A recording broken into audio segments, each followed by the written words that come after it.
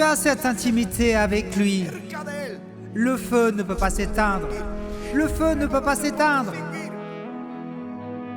Et tout comme Jésus guérissait quand il était sur terre et qu'il a toujours guéri depuis son départ jusqu'à ce jour, il continuera à guérir. Et je te dis, si tu marches avec l'Esprit, écoute ce que le Saint-Esprit dit. Je ferai des merveilles qui n'ont jamais été faites sur toute la terre. Ce sera des choses impressionnantes, ce que Dieu fera avec toi, celles que Dieu fera avec toi. Je veux te dire, le Dieu qui est sur ta vie est un Dieu pour lequel les impossibles n'existent pas. Rien n'est impossible pour Dieu. Il n'y a rien d'impossible pour Dieu. Non, ce n'est ni par puissance, ni par force, mais c'est par mon esprit, dit l'Éternel des armées. À la croix du Calvaire, Jésus n'a pas été seulement mort pour nos péchés. Il l'a fait aussi pour nous guérir de nos douleurs. Par ses meurtrissures, nous avons été guéris. Il y a un mois, il a commencé à saigner du rectum. Je me suis fracturé le radius du bras droit. J'ai été plâtrée pendant un mois, mais j'ai commencé à ressentir une forte douleur dans le bras. Je ne pouvais pas le bouger, un mauvais mouvement me faisait mal. Quand je dormais, je me réveillais avec des douleurs à cause du froid. Et puis, aujourd'hui, ici à l'église, je suis venue avec des douleurs aussi. Mais le pasteur a parlé d'eux. Quelqu'un au niveau du poignet ne pouvait pas bien bouger sa main. L'opération n'a pas été parfaite. Le seul qui rend tout parfait, c'est Dieu. Mais il te guérit maintenant. Reçois, bouge ta main. Le Seigneur est sur toi, reçois la guérison. Et as-tu senti que Dieu t'a touché, mon fils? Dis-moi ce que tu as ressenti, s'il te plaît. Beaucoup de feu. Du feu, c'est ainsi que le Saint-Esprit se manifeste. Merci, Seigneur.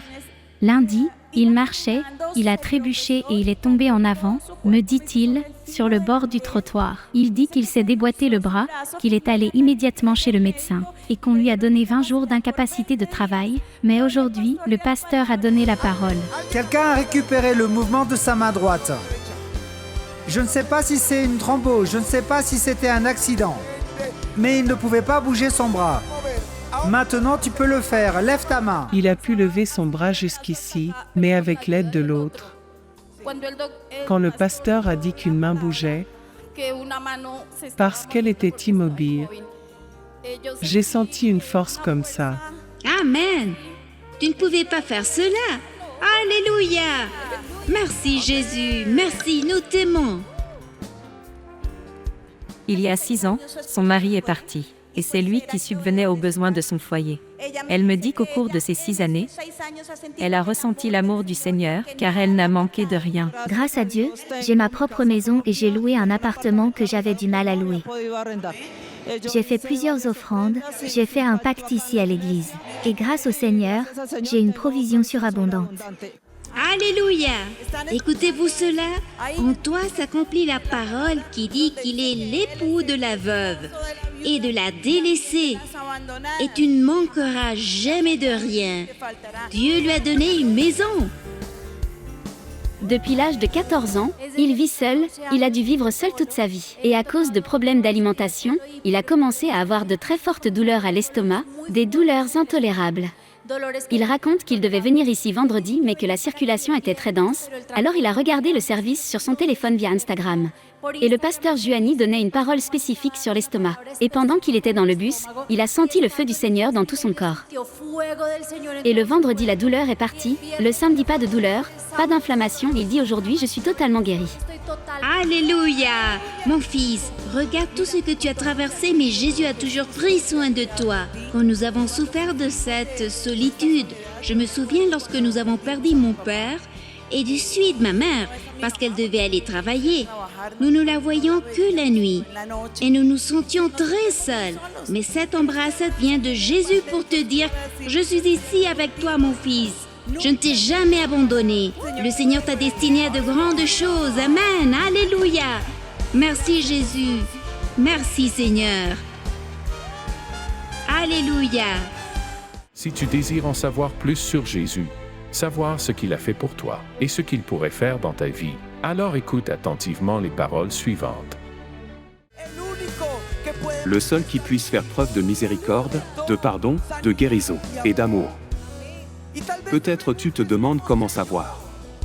Si Dieu fait preuve d'amour, la parole du Seigneur dit, « Mais Dieu prouve son amour envers nous, en ce que, lorsque nous étions encore des pécheurs, Christ est mort pour nous. » Quelle que soit ta réalité, c'est aujourd'hui le jour du salut. Si tu te décides pour Jésus ou si tu es debout pour Jésus, c'est parce que tu as cru dans ton cœur. Maintenant, tu vas le déclarer avec ta bouche. Et peut-être tu ne sais pas comment le faire, je souhaite te guider dans cette prière, mais ce qui est important, c'est que tu le fasses de tout ton cœur. Si tu es prêt, ferme les yeux et dis avec moi, « Seigneur Jésus, j'ai besoin de toi. J'ai été un pécheur, je me suis détourné de toi. Mais aujourd'hui je me repens, je me tourne vers toi de tout mon cœur. Je t'invite à être mon Seigneur, mon Sauveur. Entre dans mon cœur, lave mes péchés avec ton sang précieux et écris mon nom dans le livre de la vie éternelle, sans jamais l'effacer. Aide-moi à être fidèle à toi et à ta parole tous les jours de ma vie, jusqu'au jour où je serai avec toi, célébrant l'éternité. Au nom de Jésus, Amen. Amen. À présent, tu vas découvrir un puissant message qui édifiera ta vie et te donnera la conviction dans ton âme que le Seigneur se battra toujours pour toi. Ne te distrais pas parce qu'une seule parole peut changer ta vie pour toujours. Avec vous, le pasteur Ricardo Rodriguez. Évangile selon Matthieu et chapitre 25.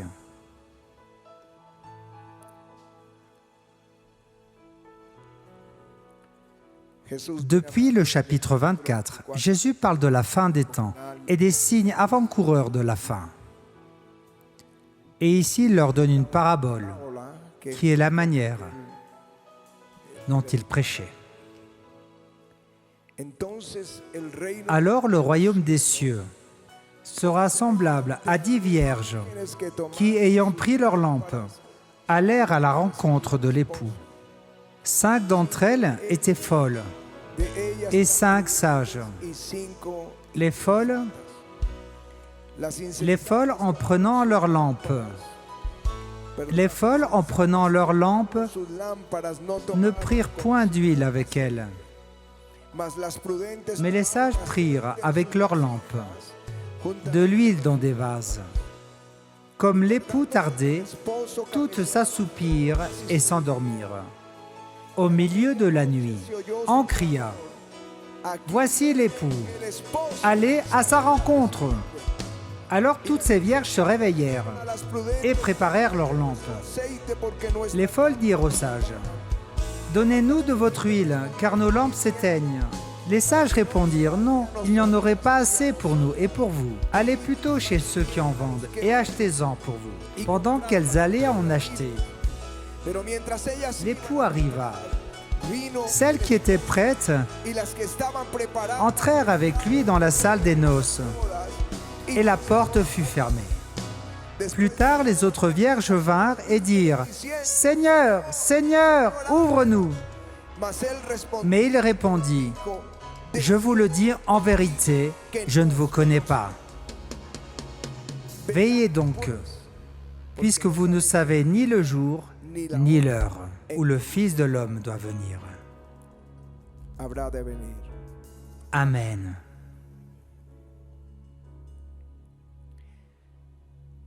Pour comprendre un peu la parabole,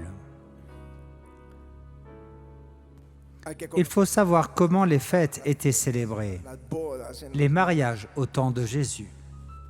Tout le monde se rendait à la maison de l'époux, où la fête devait être célébrée. Puis l'époux sortait avec un groupe de jeunes amis jusqu'à la maison de la mariée pour la chercher. Tous les invités à la fête sortaient donc dans la rue et les jeunes hommes allaient l'amener, tandis que les autres attendaient le retour de l'époux avec leurs lampes. Il partait avec ces jeunes gens, parfois dans un autre village. Ils allaient chercher la mariée. Ils arrivèrent et tout le monde criait dans les rues, les applaudissait et les bénissait, et c'était toute une fête. Tandis que les invités attendaient l'époux à l'extérieur de la maison. Et étant là, l'Écriture dit que l'époux a été retardé, probablement comme sont les jeunes gens. Les cris et les applaudissements. Ils ont parcouru toutes les rues et l'époux a été retardé. Et ces jeunes filles ont commencé à s'assoupir. Elles avaient leur lampe allumée. 5 d'entre elles avaient de l'huile dans leur lampe et 5 d'entre elles n'avaient pas d'huile dans leur lampe.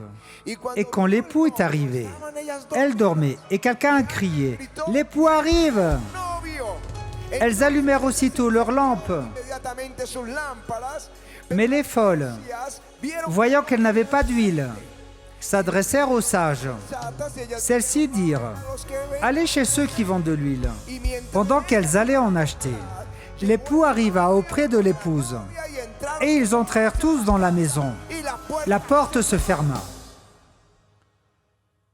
Et les folles venaient, frapper et frapper. L'époux dit « Je ne vous connais pas. Je ne sais pas qui vous êtes. » Veillez donc, conclut la parabole, car vous ne savez ni le jour, ni l'heure où le Fils de l'homme doit venir. La parabole parle du retour de Jésus. La Bible est pleine de promesses, de prophéties. C'est le seul livre qui a des prophéties. Le Coran n'a pas de prophéties. Les autres livres de toutes les religions n'ont pas de prophéties. Ils ont un manuel de conduite, de comportement, de rituels. Mais la Bible a 2500 prophéties. Parce que Dieu a parlé au peuple sur la montagne. Mais ils ont dit, ne nous parle plus. Parle-nous par l'intermédiaire de Moïse. Et Dieu a commencé à leur parler par l'intermédiaire de Moïse, puis par les prophètes au fil des années. Il a parlé par l'intermédiaire des prophètes. Aujourd'hui, sur ces 2500, 2000 ont été accomplis, la plupart en Jésus, d'autres en Israël. Il en reste 500. Mais le Dieu qui nous a prophétisé les 2500 prophéties va accomplir ces 500. La parole dit que Christ revient bientôt. Il revient pour son Église. Alléluia! Alléluia!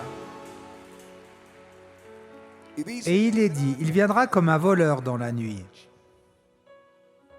quand personne ne s'y attendra.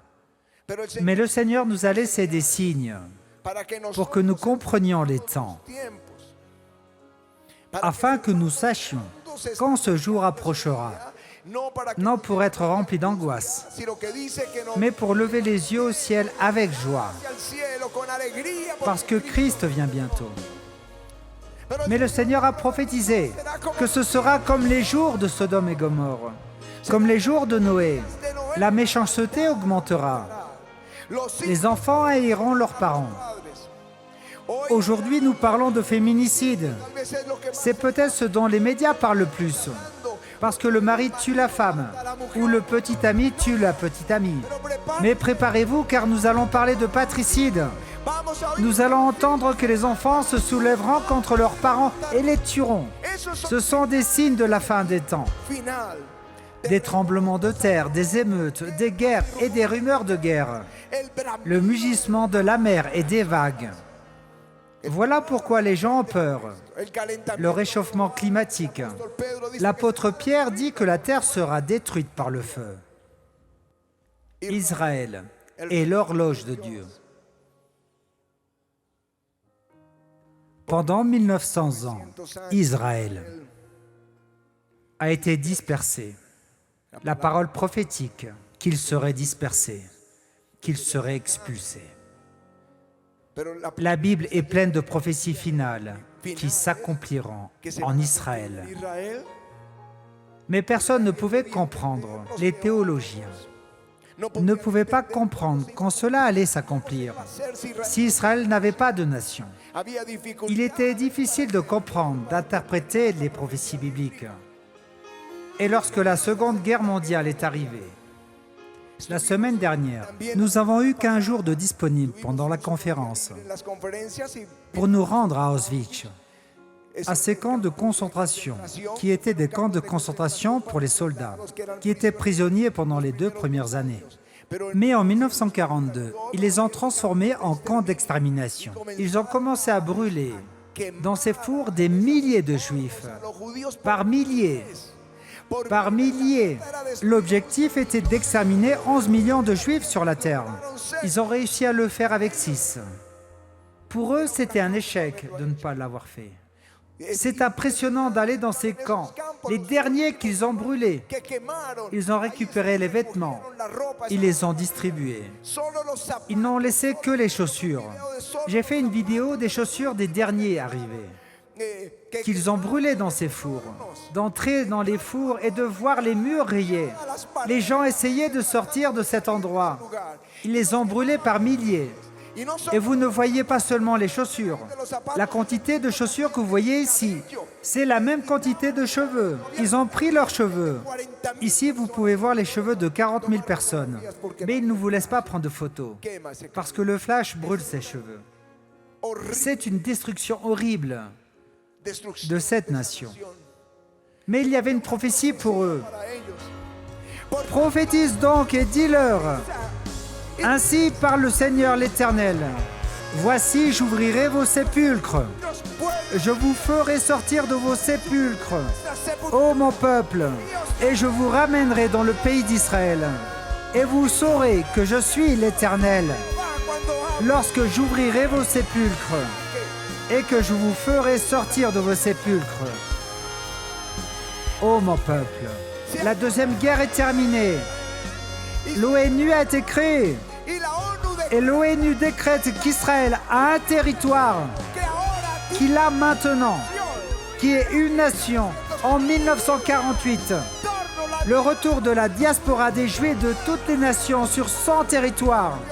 Ce retour marque le début de la fin des temps pour Israël, l'horloge de Dieu. C'est un signe de la venue prochaine de Christ.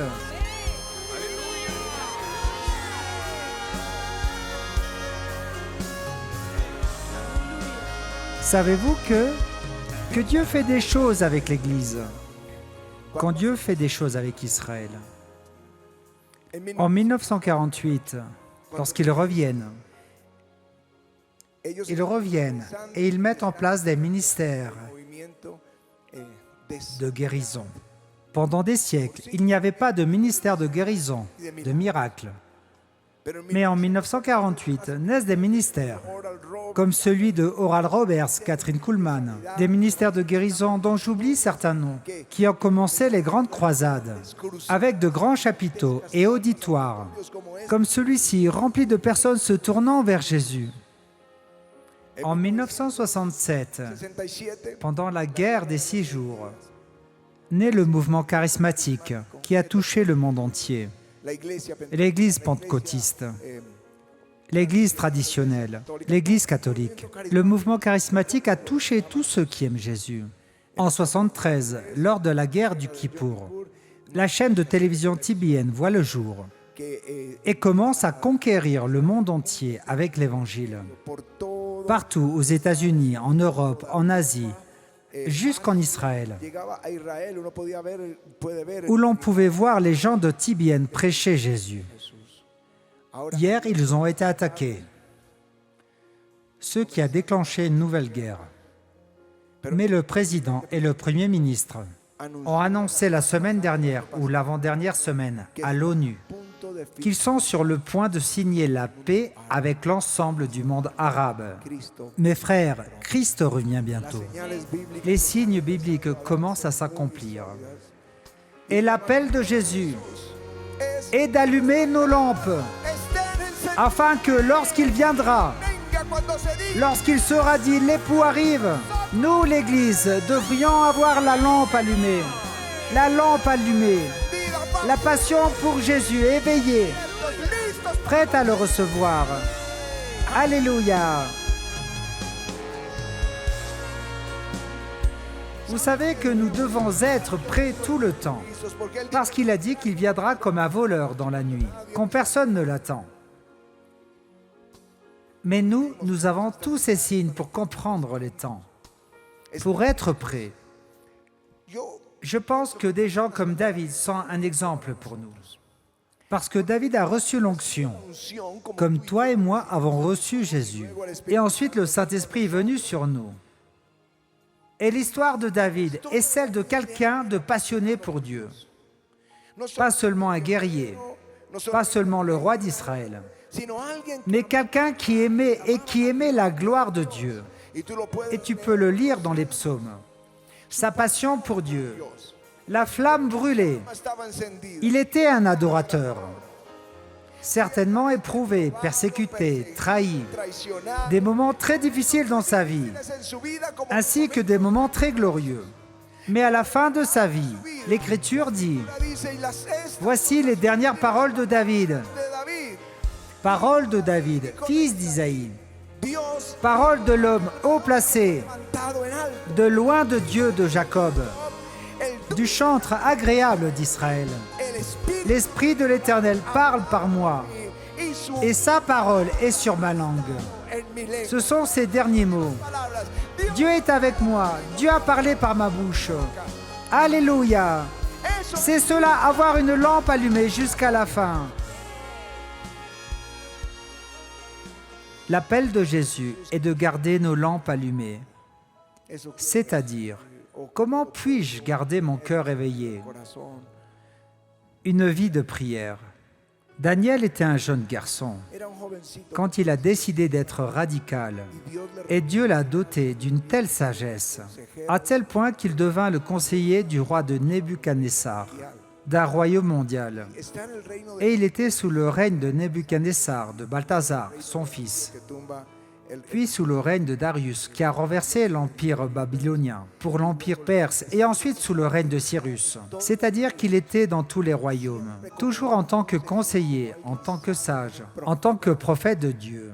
Mais son secret, c'est qu'il se rendait 3 fois par jour devant le Seigneur pour prier. Même quand on voulait lui interdire de prier pendant 1 mois, c'est avoir le feu de Dieu pour toute une génération, pour toute sa vie. Tu diras, comment puis-je garder la flamme allumée? En aimant Jésus. C'est ce que le Seigneur dit à l'église d'Éphèse, qui a eu un grand réveil. Et il dit, je sais que vous avez travaillé dur pour mon nom, mais j'ai contre toi le fait que tu as abandonné ton premier amour. Quand nous venons à Jésus, nous tombons amoureux de lui. Mais les nombreuses préoccupations étouffent le feu, étouffent la passion que nous avons pour lui. La prospérité, la bénédiction, les opportunités, toutes les bénédictions que Dieu te donne. Mais Dieu veut qu'il soit toujours le premier dans ta vie, le premier dans ta maison. C'est pourquoi le Seigneur vous dit, si vous perdez le premier amour, le chandelier sera enlevé, le feu s'éteindra. Et la parole aujourd'hui est, je reviens bientôt. Mais gardez la flamme allumée, gardez la lampe allumée. Si quelqu'un dit, je pense que mon feu s'éteint, mais je veux raviver cet amour pour Jésus, viens ici devant, et nous allons dire ensemble, allume ce feu. Je crois que l'appel du Seigneur ce matin est de nous faire revenir à ce premier amour, de se rappeler quand on est tombé amoureux de lui, de se rappeler quand on est venu à lui, que tu ne voulais plus le quitter un seul instant et que le temps passé avec lui te semblait court. Et je dois te dire, ce à quoi le Seigneur nous appelle, l'exhortation de ce matin est de ne pas perdre ce que nous avons. Et ce que nous avons, ce n'est pas la maison, ce n'est pas la voiture, ce n'est pas le travail, mais c'est la présence de Dieu en nous. Ne permets qu'aucune circonstance ni aucune personne puisse te dévier du chemin. Demande à l'Esprit Saint de vérifier, de t'aider à vérifier les choses qui occupent ton cœur. La première chose à laquelle tu penses en te réveillant et la dernière chose à laquelle tu penses en te couchant, c'est ton Dieu. Si c'est ton Seigneur, Amen. Mais si c'est la technologie, ton petit ami, si c'est ton travail, c'est cela ton Dieu. Mais ne laisse personne prendre la place qu'appartient au Seigneur. Je crois que le Seigneur nous envoie des avertissements partout. Et je crois aussi que ce sera un temps où l'Église aura des rêves et des visions. Et la chose la plus importante, ce n'est pas que ces signes arrivent. Mais ce qui est le plus important, c'est que nous, dans notre responsabilité, en tant que vos pasteurs, préparions nos cœurs. Que nous puissions être ensemble dans ce grand souper. Peu importe que le message que nous transmettons d'ici ne plaise pas à certains et qu'ils ne veuillent pas revenir, qu'ils ne reviennent pas. Mais Dieu ne nous a pas appelés à être des amis et à nous congratuler. Dieu nous a appelés à faire savoir à l'Église que nous sommes à la fin des temps. Il nous a appelés à proclamer sa vérité. Il nous a appelés pour que l'Évangile se répande sur toute la terre. Il nous a appelés et a tenu chacun de nous pour responsables. Comme Ricardo l'a dit ce matin, nous serions comme des chiens muets si nous ne leur annoncions pas les choses à venir. Je pense que c'est un matin pour lever les mains et lui dire « Seigneur Jésus, c'est ton exhortation, c'est ta parole. » Et je te demande, Seigneur, de purifier mon cœur. Demande à Jésus. Et si tu t'es détourné de lui, dis-lui « Seigneur, s'il te plaît, pardonne-moi. Purifie mon cœur. » Je veux demander à Jésus de préparer nos cœurs au dénouement de ces temps. Nous ne savons pas quand cela prendra. 1 an, 10, 50, nous ne savons pas. Mais il y a des annonces qui disent de se préparer, d'être prêt. Seigneur, merci pour ton Église. Merci Seigneur. Avec ta gloire illumine, comme un feu dans mes os.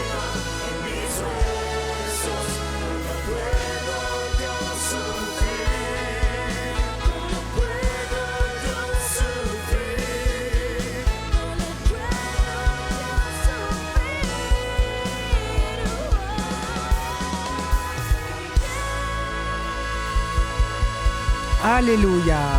Merci Seigneur. Applaudissez le Seigneur. Tu marches avec l'Esprit. Écoute ce que le Saint-Esprit dit. Je ferai des merveilles qui n'ont jamais été faites sur toute la terre. Ce sera des choses impressionnantes. Ce que Dieu fera avec toi. Celle que Dieu fera avec toi. Je veux te dire, le Dieu qui est sur ta vie est un Dieu pour lequel les impossibles n'existent pas. Rien n'est impossible pour Dieu. Il n'y a rien d'impossible pour Dieu. Non, ce n'est ni par puissance, ni par force, mais c'est par mon esprit, dit l'Éternel des armées.